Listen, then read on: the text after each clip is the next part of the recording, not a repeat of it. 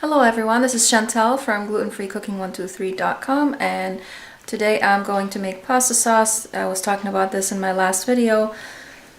Still wearing the same clothes and because it's the same night.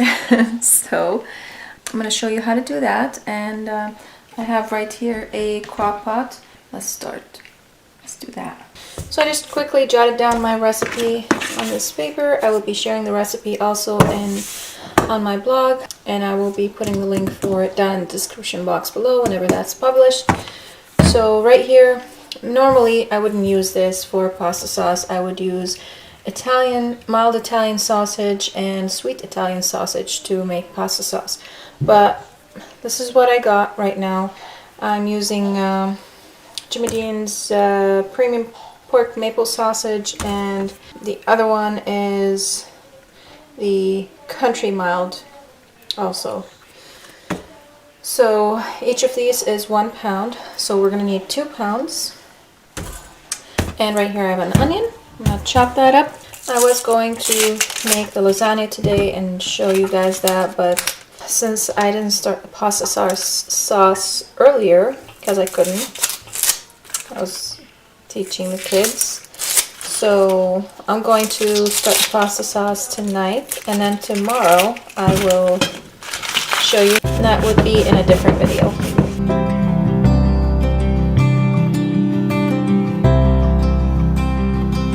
Okay, so right here, I'm going to put the onions in my pan. And you could also, if you want, add mushrooms and peppers. I'm not doing that, because I don't know if the people that I'm serving this to like onions and like mushrooms and peppers. And now I'm going to add 2 tablespoons minced garlic. Oops, 1. You can tell I use garlic a lot, it's almost empty. And we are going to brown this on high heat until the sausages are browned and the onions are translucent. Make sure that your garlic is mixed in so that it doesn't, whoa, sorry. Why am I saying sorry to you? I'm the one that's making the mess for myself. Yeah, you don't want the garlic to be on the bottom so that it doesn't burn, because burnt garlic does not taste good. So just mix it in really well with the rest of the stuff. So I'm gonna brown this and then I will get back to you guys. If I had cooking wine, if I had white wine, I would have added about a quarter or half a cup of, probably a quarter cup of white wine to this while it's still cooking, before I put it in the crock pot, because I want the alcohol to evaporate. But I don't have any, and that will be in the recipe anyways for you if you guys want to decide to do that or not. That's up to you, but it does enhance the flavor really well. So they're almost done browning. I guess if you were adding white wine, you could add it probably at this point and then let the wine simmer in here and let the alcohol cook off,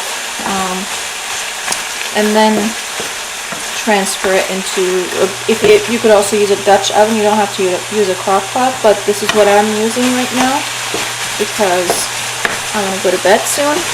It's 8:30 right now. I'm going to turn it off.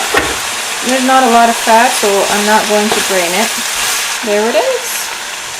So I'm going to open my pans right now. I'm going to open 2 for now and then see how that's going to work, and then I'll open the rest later. I have tomato puree and tomato sauce. And each of these is 29-ounce can. I probably will be using 4 of these for all this meat because I want to stretch it. So I'm going to add the meat to the crock pot.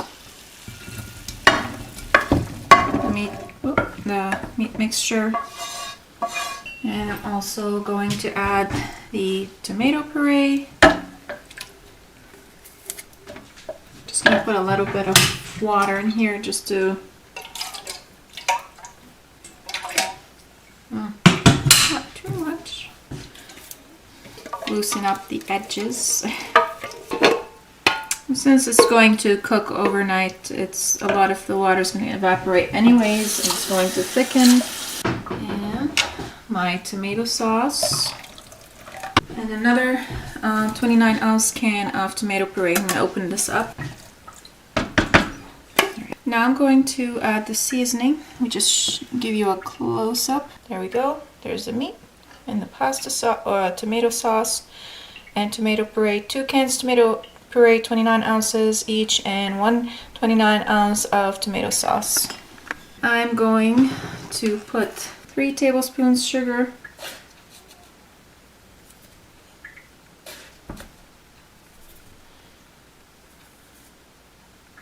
1.5 tablespoons basil, and 1.5 tablespoon oregano, 1.5 tablespoons dried parsley, half a teaspoon fennel seeds, and half a teaspoon ground black pepper, 1 teaspoon salt. There we go. Now I'm going to take a picture of all this, and then we'll mix it up, plug it in, and we're all done. So you can see there's quite a bit of meat in here.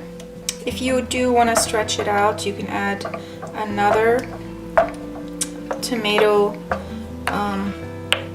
sauce can or tomato puree, or you could add stewed tomatoes and puree them and add them in here. That would taste really good also, but you do have to adjust the spices if you do that. So I'm gonna taste it before I plug it in, and then we're just gonna let this simmer on low for 8 to 10 hours. I don't know, until I get up. I get up very early. I get up at 5, so I used to not wake up that early, but I decided to change that up, and now I can have some time alone with the Lord in the morning, and then I get time to edit my videos, write my recipes, publish, do all that stuff, and you know, I wouldn't be able to do this if I didn't wake up that early, so, because I got kids and I homeschool. Alright, so I'm going to taste it right now. I know it's not going to taste the same, of course, after it cooks. All the flavors are going to mingle together and all that, but I just want to make sure the salt and the sugar are right. Wow. This is awesome just like this. I can eat this right now. Wow. I did not expect this. I'm serious. This is really good. You guys should try this. Man. I want to keep eating this, but I shouldn't. I shouldn't, so I'm going to stop. I might take another spoon later. Not the same spoon though. Alright. So that's it. That easy. Awesome. I'm going to plug it in when I'm ready to plug it in. Not now. Like I said, put it on low for maybe 8 to 10 hours. Let it cook. Then come the next day and do whatever you want to do with it. Because if you want to cook it in a Dutch oven, let it simmer on very low heat for a couple hours, and then if you keep it for the next day and then use it the next day, that it would even taste better. So you could also do that. So that's it for today. Thank you guys so much for watching. I hope you enjoyed this episode, and I hope you try this recipe because it's so good. I'm going to be writing it on my blog, and I will put the link for this recipe also in the description box below. Like I said, sometimes the video is published before the recipes, so if the recipe publishes at the same time or before the video publishes, then I will put it in the description box at the same time the video publishes. If not, I will come back and add it again. Yeah, if you guys have any questions or comments, leave them in the description, leave them in the comments below. I think that's it. Yeah, that's it for tonight. Now I'm gonna clean up and go to bed because I'm tired. I had a long day. And tomorrow I have another long day. And the day after and the day after, so it's a busy week. All right. See you again later in the next episode. Bye. Okay, future Chantal here coming at you. And I want to let you know, guys, that I did cook the pasta sauce last night with from around 10:30 to or 11 to 10 to 5 o'clock in the morning, and I felt like it was a little bit too much, so that was around like 7 hours or so, and the edges kind of got burnt a little bit. So if you do want to cook your pasta sauce in the slow cooker, you might want to cook it, and I did put it on low, so you might want to cook it maybe for like 4 to 5 hours and don't exceed that. If you do want to cook it on the stove top in a Dutch oven, you cook it on low heat for 2 to 2.5 hours, and it's gonna come out perfect. Also, I do have one suggestion. If you don't want to use just sausages alone, you could also use one sweet Italian sausage or hot Italian or spicy Italian sausage, whichever you prefer, and 1 pound of ground beef. So I mean, not one, it's 1 pound of Italian sausage and 1 pound of ground beef. And this will also give you just awesome taste and awesome pasta sauce. So that's all I wanted to say.